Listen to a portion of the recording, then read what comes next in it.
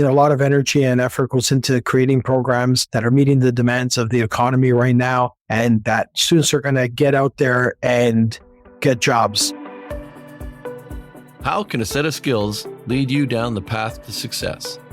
That's what we're setting out to answer on the EdUp Canada podcast. I'm your host, Michael Sangster. Join me as we unpack how leaders around the world have taken training and skills and turned that into a lasting career. Now let's learn together.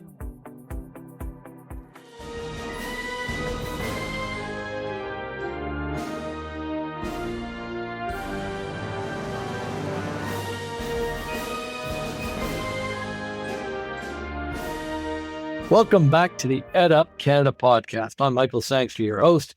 I'm joined today by a board member of the National Association of Career Colleges, but also somebody who's become a friend, Emidio D'Alfonso, who's the Vice President of Skilled Trades for North American Trade Schools, but also does a little bit of work as the campus director for Medics College. He's just got a couple of years, 3 years now into the sector, 3 or 4 years now you've been working in the career college sector? Yeah, just about 3 years. Yeah. How many years, Emidio? I always hate answering that question because I can't believe how long, but it's almost 30 years. 30 years. It's a good answer. It talks to the long-standing experience in our sector. We just went through a national tour giving out King's Coronation medals to people. And the favorite thing for me about it was 20 years, 30 years, 35 years, when we went city to city, the length of experience that people have had working and training and starting new careers for individuals. You got to be proud of the work you've done, aren't you? I am. When you look back and reflect back, and years have just flown by, and it really only feels like 3 or 4. But seeing the impact and how the whole career college system has changed and matured in all these years has been a real great opportunity that I've had to see. You don't even know how many thousands of students you've affected, do you? No, I don't. Tens of thousands? I would say tens of thousands. Yes. It's a pretty incredible record of being around and assisting people. Tell us about North American trade schools, because that is the main part of your job. What are the skill sets that you're training people for and the jobs you're training them for? North American trade schools' mission is to have very skilled trade jobs that are in high demand. And, it's been around for a long time, and it's married to our sister school, Medics College, who's been around just over 50 years. We do skilled training in pre-apprenticeship electrical, the HVAC, gas technician, cabinet making, home renovation, welding are some of the very skilled trades. And then we also do global supply chain, which is something that we're going into as well, that we have classes ready for that. That's a real growing market too, but logistics and the supply chain management. But you just touched off probably a selection of the most in-demand careers in Canada right now. What do the employment rates look like when they come out of your colleges? Are they grabbed up from the placements like we see in the healthcare programs where they don't even get off the placement, they get hired in there and go right back to work? It's very similar in that sense, but of course we don't have placements in the skilled trades. So we have a lot of employers that come into the campus looking for, quality workers. And so we bring in a lot of employers in and they do an interview right then and there, and they scoop them up as they're graduating for sure. That's interesting. I was equating it into the apprenticeship thing in my brain there. They do go work directly with an employer when they head into an apprenticeship, don't they? Absolutely. Absolutely. And, we encourage all of our students that are in trades where apprenticeship is available to definitely go ahead and do that, because it certainly helps them hone their skills and continue their growth. Average class size in one of these skilled trades? Smaller, I assume? Yeah, they're anywhere between 14 and 20 students in a class. Real hands-on learning with an instructor. And this is, again, another one of the things I love about the career college sector. The instructors often only have 20 or 30 years experience in that trade, right? Absolutely. And, the smaller class size, definitely a lot more hands-on approach. They definitely have some, theory-based learning that they need to understand codes and whatnot, but we try to keep it moving and try to keep it focused on the hands-on approach, as a lot of these students learn by doing as opposed to, just learning through a theory. We're headed down to a conference in Las Vegas soon. Interesting time to be going to the U.S., but we've got a partnership with our friends at CQ, and they're coming up to Vancouver in the fall for a leadership institute. So there's a lot of conversations when I go down and talk to our partners in the U.S. about skilled trades and the huge demand. But interestingly for me is the change of perception around skilled trades being a great career again. We went to this movement to university degrees, but there is a real sexiness almost to the skilled trades, isn't there? There is. And I think in your previous podcast with Mary Kelly, she touched on this as well. There was definitely a time when high schools were really gearing students to go to their, 4-year degrees and into the, outside of the skills trades. And they kind of were looked down. But we've seen a shift in perception, and trades are no longer the plan B for people. They're plan A. And it's taken a lot of work from a lot of regional governments across this country to really elevate and make trades something that, people want to get into. And like you said, sexy. I want to get into that. Strong reference to a previous podcast. I appreciate that. So going to put you in that first-time caller, long-time listener category now to get on radio. As I said to Emidio before we went on the air, we like to have a little fun here and keep it loose, but I was incredibly impressed with Mary Kelly. She's a very interesting lady. I'm looking forward to seeing her at our conference. The one thing that's been an interesting one for me is learning more about HVAC. It's a huge demand sector, isn't it? Well, we live in a northern climate, so heating becomes a priority. This morning, I thought it was time for short sleeves, and I decided to go back to winter attire.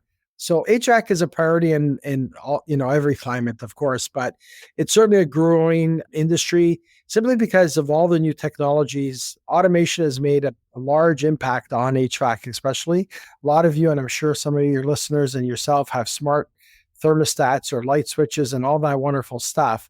And it's made a big impact on trying to keep things green, and certainly HVAC's leading the way in that, whether it's the appliances or whether it's the controls.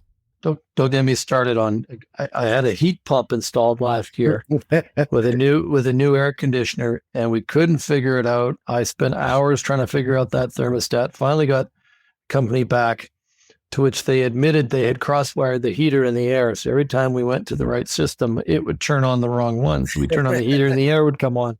So they had to go back out into the snowbanks and fix everything. But they were great, and we got that fixed. Let's talk about yourself.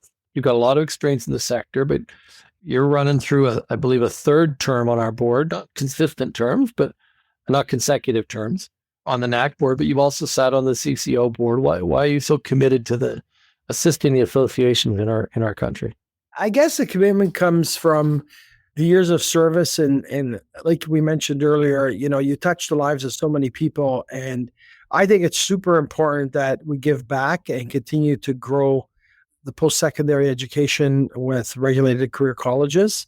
We have a big role to play. I think in Canada, and I know we're talking a little bit about our U.S. conference, but in Canada, we're still in our infancy in many ways in post-secondary education that's under the career college banner. I think we have a long way to go to catch up. And I think the only way to do that is to be part of these associations and be the voice to help schools, elevate their standards, their skills, and be able to compete. The one thing I love about talking to people who run career colleges is I don't get people complaining to me about the amount of regulation, but you're under a significant amount more regulation than the average person would think, aren't you? Absolutely. And you know what? If you've been doing this for long periods of time, you start to understand that, yes, there is some red tape that probably could be reduced and probably we can move forward. But we also have a clear understanding that some of the bureaucracy is necessary. And, the regulations that we have are there in many ways to protect us as career colleges and the consumers. And I always take the stance as, it's like a game. You follow the rules. you play the game well, and, everybody wins in the end. You've got to prove, in many cases, jobs are available at the end of a career training program, aren't there? You can't just start teaching 50 people in something. You've actually got to go prove to the government that there is a need in your community to teach for careers in those roles. Absolutely. We're not just putting up a shingle and choosing the program out of the sky and hope for the best. A lot of energy and effort goes into creating programs that are meeting the demands of the economy right now, and that students are going to get out there and get jobs. They want to return on their investment. Students, they want to graduate, they want to get a job, they want to earn the money, and they want to be successful and move on with their lives. And that's an important part for us as well. I don't want to put you on the spot. I actually don't know your answer to this question, but I'm going to assume you did not have a significant amount of international students inside your college 2 years ago, did you? No. A few at best? Yeah, I think we looked, we had 2 in our system. That was the sad part of the debate that went on. We were judged for something that we were not responsible for, but ironically, we think we can play a part. I saw a Statistics Canada study that talked about we're going from 7 workers for every retiree to 2 for every workers for every retiree. We do need immigration. We do need international students, and we do need housing, of which, let me just see, electrical, HVAC, home repair. There's kind of some things that you guys teach, right? Absolutely. There was a report that came out, I believe it was from Employment and Social Development Canada, where they said 700,000 tradespeople are expected to retire by 2030. And so that's around the corner. That's 700,000 expected to retire. That was a couple of years ago. I think that number has gone up a little bit. So we definitely are teaching areas that are in high demand. And our economy is kind of outpacing our labor supply right now. And yes, we do need other means. Not just domestic students. There needs to be a holistic plan on how to achieve this gap that we've created. And we're one piece of that solution. And I think we have an opportunity to really give the governments across this country, the different provincial governments, an opportunity to use a system that's in place without really adding a lot more investment to their systems. And I think we can make a major impact in small numbers per college to help ensure those international students have a good journey in Canada, a good chance of success, good integration into the community. And that's why I like talking to people like you that see that. And we are just one part. Colleges and institutes have a role to play. Universities have a role to play. We can do this right, and we can do it as a whole sector. So I appreciate your comment there. I'm interested in this next question. We ask everybody 2 questions, but I'm going to start with the one, because I don't know your answer, because we ask everybody who's here, because they've all been successful. And I don't know what the skill is that you have. I haven't seen it yet, but you must, Emidio, have some sort of skill that has made you successful, having a little fun. He's smiling. No, I know some of your skills. Talk to me about a skill you've developed that's made you successful, and then whether it's something that you just had or something you developed over time. I think I had it, but I developed it and honed it over the years, is my ability to connect with people. I really am able to meet somebody new and approach them. It doesn't matter their status in life or status in their position in life. I think I have a strong ability to kind of reach people and connect with them and meet them where they are. And I think that's an important part in being successful, whether, I'm dealing with a student that's in crisis, or whether I'm dealing with, a corporation and creating a partnership for, hundreds of students. Having that ability to connect with people at different levels and meet them where they're at has been a big success for myself. We haven't talked about Medics College, but it's an interesting build on that answer as a campus director. Mm-hmm. You do have to keep an eye on the students, don't you, and find a way to connect with them so they feel like they have a place to go? Absolutely. The other part of my job is to kind of manage or direct the Medics campus here in Brampton. And it's a healthcare primarily, another in-demand trades, another in-demand profession like trades. And certainly connecting with students every single day when I'm on campus is, one of the parts that I really enjoy a lot. And it kind of gives you that energy, when you get a student that says hi and they have a great story to tell you about what they did on the weekend, or, something great that happened in their lives, or, hey, I got a job and stuff. That's the stuff that keeps you going every single day. Talk to me.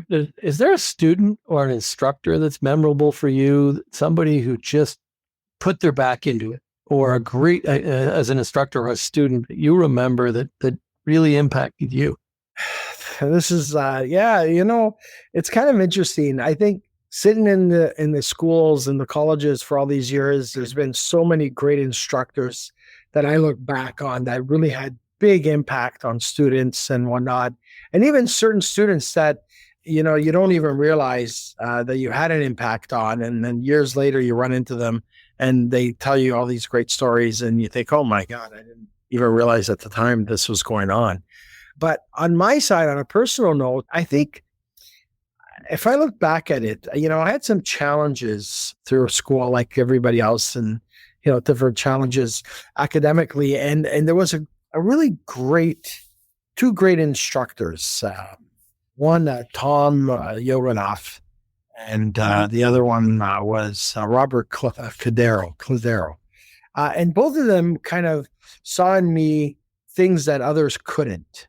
Kind of really mentored me and saying, you're more than you think, and you're going to achieve great things in your life, and you don't realize it now, but you're just kind of floating through school and having a good time, but you can do a lot more. And they kind of the first ones that really, and this was like grade 9 and 10, that really I thought of me in a different type of way, as more as having a potential. And, Michael, if I can, when I'm talking to the teachers, and I always tell them, we never really know the impact we're having on a student at the time. It's in retrospect. And in my life, at the time when these two individuals were giving me this encouragement, I really didn't pay much attention to it. But somewhere inside of me, it sat and it started to grow like a seed, and I started to believe in it. So I think that's an important thing that we do at our schools, our regulated career colleges, because our classes are smaller. We don't have, tens of thousands of students walking around the campuses, and we get that opportunity to really connect and interact with people. And maybe just saying hi to somebody and stopping in the hall can make all the difference that day. Just sitting at the table, when you're having a cup of coffee, you have a cup of coffee with somebody else, right? I know yours would be an espresso. You wouldn't meet me with my coffee, right? You'd have to go Italian on me. That probably. Yeah. It's interesting. I've got to like you the more I know you too. So it's the same with students. You get to spend time with people. You get to know them. You can have more of an impact on them, and you can better understand where they come from. Absolutely. Let's touch on, and you may have already hit it, but we ask everybody about a mentor. And I'm interested to see if it was the two you mentioned or if there's somebody else that really jumps out. I think it's interesting because that previous question was kind of like students and teachers and impacts. And, mentors, that's, I've had so many amazing mentors in my life that it's hard to pick one, but I've had the privilege of working with great ownership groups over the years that have really impacted my thinking and way of managing and strategically planning for schools. I've had the pleasure of sitting on the boards like NACC or CCO and a few others where, you get this great diverse cross-section of a country and wonderful mentorship from those individuals. But in my case, the adage is true. It truly took a village to bring me up. And it was many, many people. And I would be remiss if I just started mentioning one or two. So I'm going to just say my experiences and the different organizations that I've been with, there was key people in each of those organizations that have really been instrumental in my mentorship. So, and I greatly appreciate it. When we put this here, I'll make sure I tell Peter Dykstra Jr. that it was him that you named as his mentor. Absolutely. A little bit of humor to keep things going. So let's wrap up on something of interest, because you are in a unique chair to answer this question to a student thinking about a future path. And they're not necessarily coming to North American trade schools, but Why look at skilled trades as a career?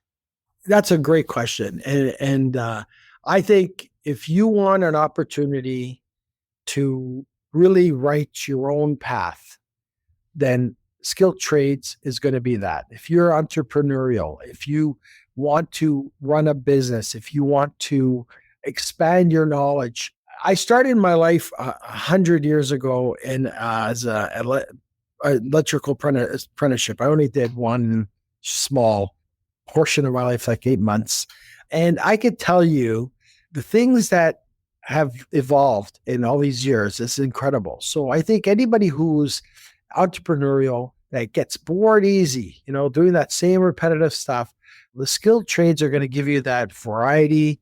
They're going to give you the opportunity to grow yourself. You can become as big or as little as you want to be. You can set your hours as you get that, license or red seal, and you could certainly map and chart your own road. And I think if that's an important aspect for you, then skilled trades is good, probably be a good fit. You just need to find the right one. And there's lots of them. You mentioned chefing. That's a skilled trade that, doesn't get talked nearly enough. And it's a wonderful opportunity. So there's lots of skilled trades that people can get into. That's funny you mentioned that one too. As you know, I own a restaurant and with some partners, and that is a constant need, finding more chefs. But I've been doing some work with the Navy, and we're going to be announcing some new things with them soon. That's a huge need on chefs. And they have got one of the neatest programs going now, which would fit some of your graduates. You can join the Navy for a year now with no obligation to stay.